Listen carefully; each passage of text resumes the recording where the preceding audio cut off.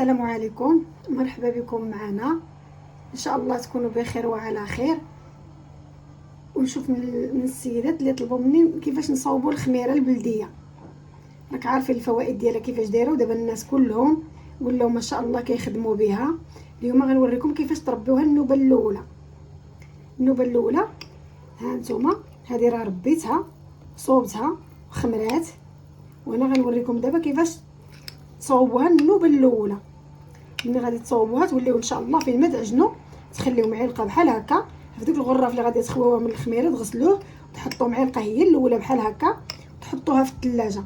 من بعدها فين ما بغاو تعجنوا في العشيه تجبدوها تخليوها فوق البوطاجي حتى يطلق منها الثلج، تخوي عليها مويه دافيه، ديري شويه دقيق وتحركيها وتخليها فوق البوطاجي ديالك. لا غدا ان شاء الله في الصباح ملي تبغي تعجني تلقاها خامره.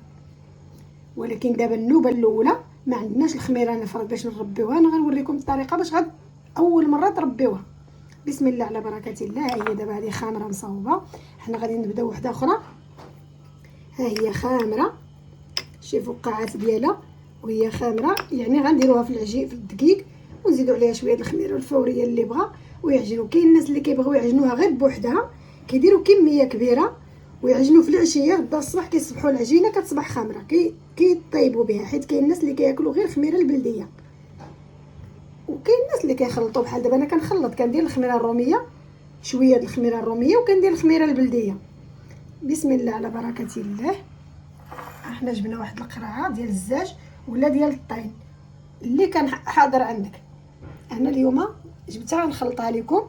ها انتم الماء ديال اللبن ملي كنديروه في الثلاجه وكيتصفى داك الماء اللي فوق من القرعه من اللبن، هو هذا جبته وحطيته في هذه القرعه وحطيت عليه معلقه ديال سنيده اول مره باش نخمروا. ملي كنديروا اللبن ماء اللبن ومعاه معلقه سنيده كينفعل في الدقيق وكيخمر. تبقى لا غدا ان شاء الله غنلقاها خامره. واللي ما كاش حاصل ليه الماء ديال اللبن يدير الحامض. ها هو الحامض حتى هو يعصر الحامض يصفيه ويدير عليه معلقه ديال سنيده حتى هي، ويدير الماء دافي ويخلط.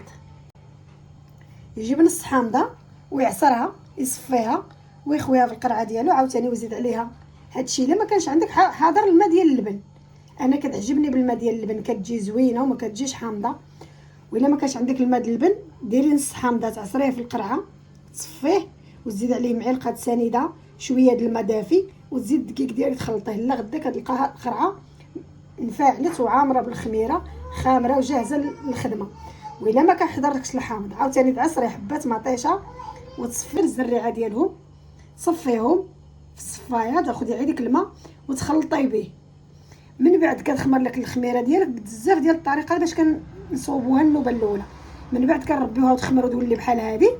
قلت لكم ملي تبغيو تعجنوا تهزوا بحال هكا معلقه كبيره تحطوها في واحد الاناء تدعجنوا وغسلوا القرعه ديالكم وردوها ليها وحطوها في الفريغو. ملي تبغيو تعجنوا تحطها فوق البوطاجي طير منها الثلج، تزيد عليها مويه دافيه والدقيق فقط وتخلط. دائما تبقى هكا تخدمي بها، دائما تبقى لك في الثلاجه ديالك. كاين سوبيرات صغيورين ندير فيها داك المعلقه ونديرها في الفريغو تبقى دائما محتفظه بها.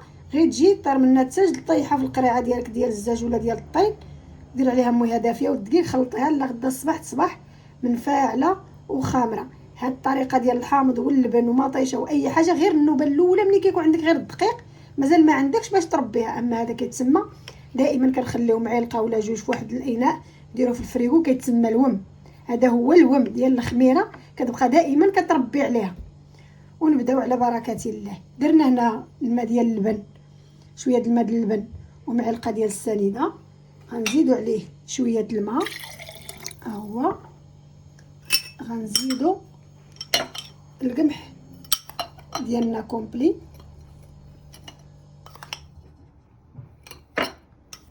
اللي عنده الشعير كان مولف كيخدم بالشعير يدير الشعير اللي عندك. انا كنخدم بالقمح كيعجبني القمح والفوائد ديالو راك عارفين. كندير دائما الخميره كنربيها بالقمح.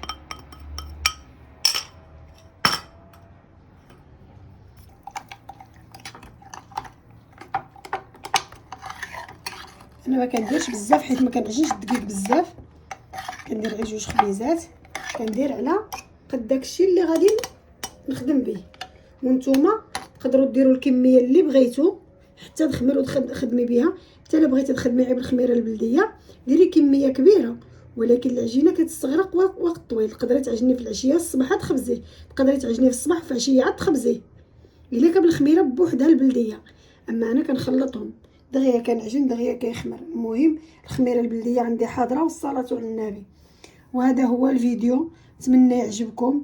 وحتى نتوما ديروا الخميره البلديه راه صحيه، والفوائد اللي فيها راك سمعتوا الاطباء ديال التغذيه كينصحونا دائما بالخميره البلديه. اما حنا كنا كنشوفوا جدودنا ووالدينا كيديروها حتى حنا بقينا كنديروها ليومي هذا.